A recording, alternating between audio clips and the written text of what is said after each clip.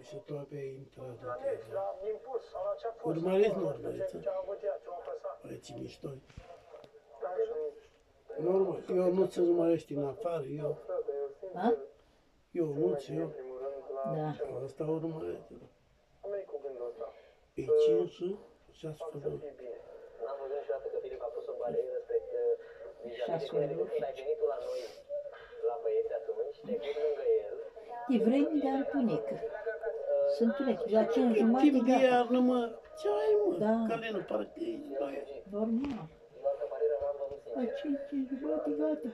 Din partea lui Filip către Corina. Întunec. Doar atunci când a venit. Nu mai pus pași nimica. Te-ai pus în pat, Materialul Robert Bianca de aici. căldură și stai. Tu la noi, la băieți, te-ai pus lângă mine și Filip. Da, dacă am lăsat geamul S-a deschis, ridicat, plap, m-am scos afară. numai să nu deranjeze pe ea. Și ai zis că așa A trebuie fost ca clar. să ridici bariere, știa? Apoi